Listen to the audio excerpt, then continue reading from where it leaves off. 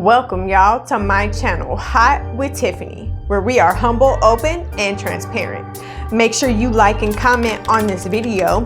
Don't forget to click subscribe and click that notification bell so you never miss a new video. You can share this video on your Facebook page so your friends can join in on the conversation.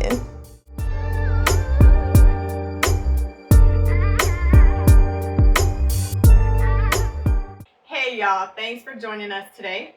I have my best friend. We go all the way back to elementary school, Ebone, with me today. Way back. And just a disclaimer, we are not professional speakers. We are not prophets. We're not teachers. We're not evangelists. We're not apostles. We're not preachers. We are regular people just sharing our experience, sharing our journey, and sharing our walk with Christ. And so today, we're going to be talking about two different topics. Our growth over the years, and then obstacles that we're either facing now or that we have overcome. So we're going to start out by just talking about our youth and kind of how our youth was as far as our walk in Christ. So I know for me, when I was young, I didn't really have a strong influence in the household as far as, like, my mom never went to church. My dad wasn't really a church goer. I would go to church with my stepmom and her mom, kind of made to go. And then, like, we go to church on Easter with, like, my grandma and my nana. But that was pretty much it. And I know growing up with her, you know, with her being my best friend, I know her and her mom was, like, very into the Bible, like, very into the Lord. Like, she was, like, actually kind of preaching to me as a kid. Yeah, I remember, like, I wanted to be a lot like her when I was growing up because I saw that she got to do a lot more than I did. When I was a kid, I was sheltered and I couldn't really do too much. My mom wanted me to learn scriptures and Bible verses and, you know, spread the word. Me, I wanted to be a normal kid and do what my friends were doing and hang out and all that. But I guess God saw other plans. Yeah, I know, like, my mom did let me do whatever I wanted, but what I was missing in my childhood was that very strong mother-daughter relationship where, you know, she taught me things and shared experiences with me. Like, I didn't really get that from her. And I, like, was, you know, kind of envious of Ebony because she had that kind of relationship with her mom, and that was something that I desired. So we're both jealous of each other's lives. Right. And then, I mean, we spent so much time together as a kid, you know, like, her mom is like, you know, my black mama, like, she low-key adopted me as a kid, you know. So, you know, after youth and starting to become an adult, you know, things start to change. So I know for me, moving to Arizona, I definitely, like, was not interested in going to church. I was in a new city. I didn't know anybody. I didn't know where to go. Honestly, the thought didn't even cross my mind. It wasn't until, like, 2013, my ex-boyfriend at the time, well, my boyfriend at the time, he, like, wrecked my car, and it was just, like, one thing after another. And my auntie, who used to be an RN, was telling me how she used to work with Pastor Reggie Steele, who is the pastor of Kingdom in the Valley Christian Church in Phoenix. And although she is not a Christian, she's a self-proclaimed Wiccan, she encouraged me to go to church and encouraged me to go to Kingdom in the Valley to really kind of help me through my struggles.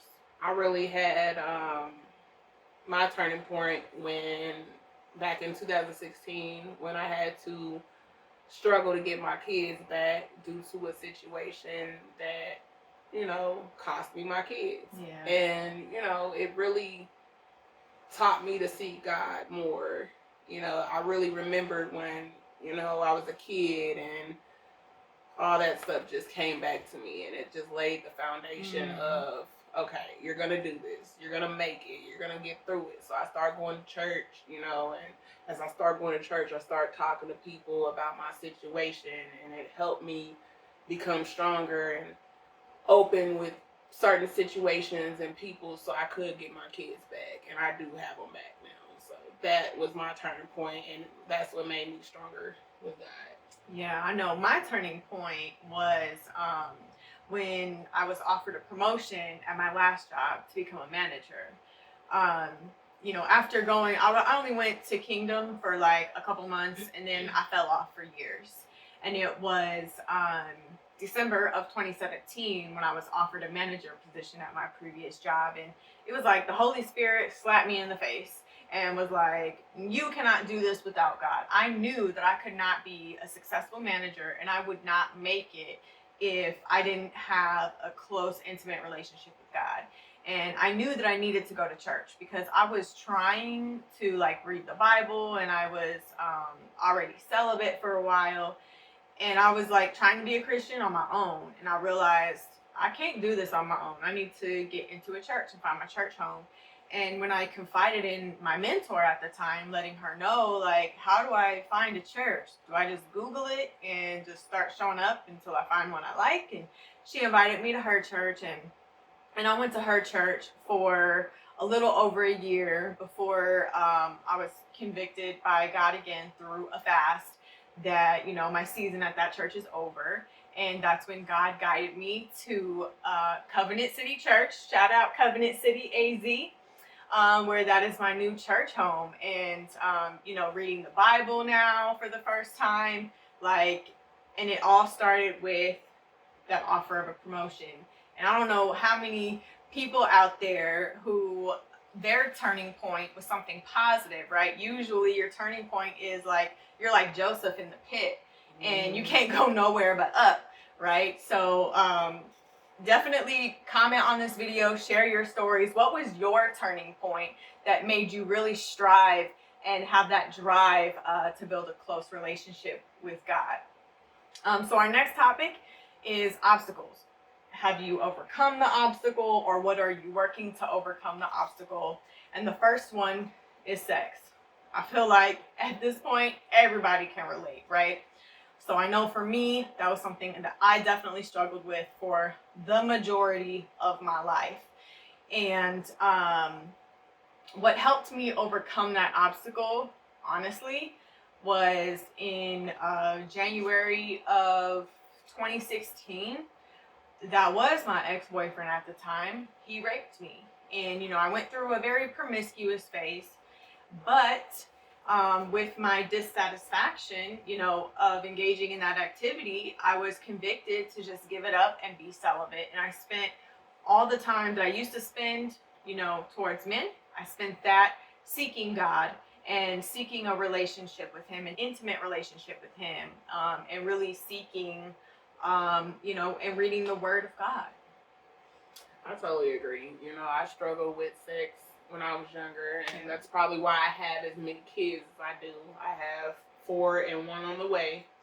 I could say I don't really struggle with sex too much anymore because I did find the person that I want to spend the rest of my life with. So I feel like God did answer my prayers and take a lot of that looking for love out of my mind. So He just gave it to me. So I don't struggle with that anymore. Awesome. So the next obstacle is substance abuse. I feel like, again, that's another thing in the world that is just shoved in our face. I know my substance abuse started at a very young age. I was like a terrible teenager doing like all the drugs and hanging out with all the wrong people. Part of me kind of overcoming that obstacle was moving to Arizona. I wasn't going to, move my entire life, spend $80,000 on a college degree, and jeopardize my future and the opportunities I may have by engaging and continuing in that same activity.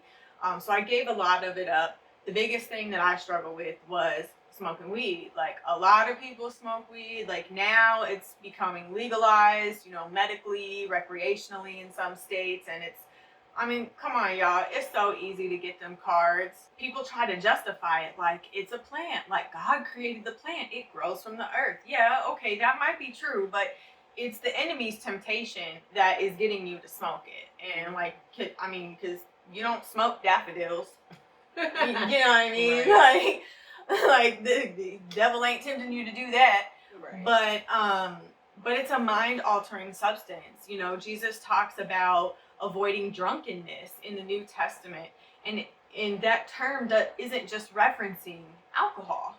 Like if you think about drunkenness, your mind is altered, your consciousness is altered, you're not thinking clearly. You wouldn't normally do things, you know, when you're drunk than when you're sober. And that goes for any substance that's mind altering or altering your consciousness. I know me personally, what I've experienced is my intimate relationship with God is changed when my mind is altered. I don't hear God the same. I don't feel God the same. The Spirit doesn't move the same when my state of consciousness is altered. And so I have given up smoking marijuana. Like I don't do that anymore. And reading the New Testament like really just helps solidify that in my spirit. And just to be honest, like I bargained with myself. I'm like, okay, I'm gonna give up smoking like all year, but then on my birthday, I'm just gonna smoke on my birthday. And then what helped convicted me is when Jesus said to his disciples, he's gonna come in an instant. When he returns, it's gonna be like that. And what happens if you're caught up in sin when he comes? When Jesus said that, that like was a knife into my soul. I was like, oh, I do not want Jesus to come and I got a joint in my mouth. Like, no, I'm not doing that. So there's no more bargaining with me. I'm giving it up completely. I totally agree. I mean, I struggle with marijuana usage, and I could say it just basically clouded my judgment, like on some of the men I chose. So all this kind of linked together: sex, men, kids, and actions, emotions. It led to anger, and anger problems, and certain things that I still have to deal with to this day. And I say I'm pregnant now, so I'm really not struggling more so with the marijuana, but I just want to set an example for my kids and make sure that they don't just look up at me and be like, oh, it's okay because mom did it. I want to show them that there's more to life out here than getting high, or you can own a business, or you could do whatever. Sky's the limit with your life. Absolutely. And I just want to give some tips for anyone out there who's struggling with any kind of substance. What helped me overcome it is I really had to identify, why do I use it? Why do I abuse it? And just to share with you what I found is like I smoked because I was bored. I didn't have anything to do, or I wanted to pass the time. And the biggest thing is I didn't want to deal with my emotions. I didn't want to deal with the stressors of life. And now that I'm sober, ever so often I have like these emotions that just bubble up. Like I'll just start crying out of nowhere, and then I have to start figuring out, okay, well, why am I crying? Like what was my trigger? Like why am I upset? Right? When before my natural response would be just go smoke and then I'll be fine. I don't have to think about it and I don't have to deal with it. So you really have to get to the root cause of why you're abusing that substance. Like what is it that draws you to it? Unless you're just someone who has an addictive personality. Like I don't have an addictive personality. Like I can quit anytime I want, and I did. I quit several times over the years for long periods of time, not just like for a couple of days, like 6-9 months at a time. So just a couple tips there. So I know that you mentioned that one of your obstacles are your children. Yes. How are you working on that? I'm working on that because it's like these kids, they see other kids. Like I said, when I was a kid, I saw what my friends were doing. I wanted to do like them, and it's like now I have to deal with that as a parent, and it's not so easy as being a kid doing it. Yeah. So it's like my kids are an everyday obstacle with the whole getting along and anger amongst everybody. So it's like I have to work on it. I have to start with me, and then they could see that example, and I'm just trying to teach them right. I'm trying to make sure, they don't go out here and wreak havoc on the world because they have some undealt with issues that need to be taken care of. You know, so I mean, I say my kids are the biggest obstacle in trying to maintain and make sure everybody is stable, functioning young men or women. Absolutely. So another obstacle is anger. I know I struggle with anger like a lot, especially growing up, watching my dad, like just he's outwardly expressive, and that's probably where I get my expressiveness from. Like I remember he broke his toe kicking a wall because he got mad at a game. Like you don't know how many controllers he went through because he would be like, oh, this game is cheating, and then throw it, and then it broke. Like, how many of y'all men out there can relate? Like, I know you can, y'all that play games. Right. Like, y'all be getting mad, talking about the game is cheating. Like, no, you just lost, bro. But anyway, I was definitely outwardly expressive with my anger, and for a while, that was the only emotion that I could express, like, was anger. Or if I wasn't happy, I was angry. Like, if I was sad, I was angry. If I was upset, I was angry. And I was too outwardly expressive with that, where I would take my anger out on other people and affect them, like, especially at work. I was, like, terrible at work with my anger, and that was something where I had to really become very self-aware and pause. And that's something that I'm learning now, and how I'm starting to overcome my anger is, instead of reacting, I stop and think about it. And I think about, how can I respond in a kind, compassionate, Christ-like way? And how I do that is I stop and I think, like, okay, well, what is it that I really want to say? And I, like, write that out. Like, this is what I want to say. And I'm like, okay, how can I say that in a kind, compassionate, and Christ-like way? Because the whole point, right, of Jesus's life is showing us an example of how we should treat others, right? And he said, you know, if your brother offends you, you should forgive him 70 times 7. Mm-hmm. We keep on forgiving, and we're supposed to love our brothers and sisters in Christ as we would love ourselves. And that starts with, you have to check your anger. You can't just react how you want to. And it takes a lot. You have to be very conscious about it. And it takes a lot of work. It is not easy to respond appropriately. It's not at all. Like, I had to catch myself at times and bite my tongue, because before, like a couple years ago, I didn't know what bite my tongue meant. You know, I'd pop off and say whatever, not, you know, knowing or caring about the consequences. Yeah. And now I don't do that. So it's like I've changed a whole lot. Yeah. And anger is still going to be an ongoing issue with me, but it's not as bad as it was when I was younger. So. Yeah, definitely. All right. Well, thank you so much for joining us today. I felt like this was a really great conversation. Definitely make sure that you like this video, comment on this video, share your thoughts, share your experiences, because other people can learn from you just like they can learn from us. If you got any tips for us on what we're struggling with, we welcome the advice. And join us next time.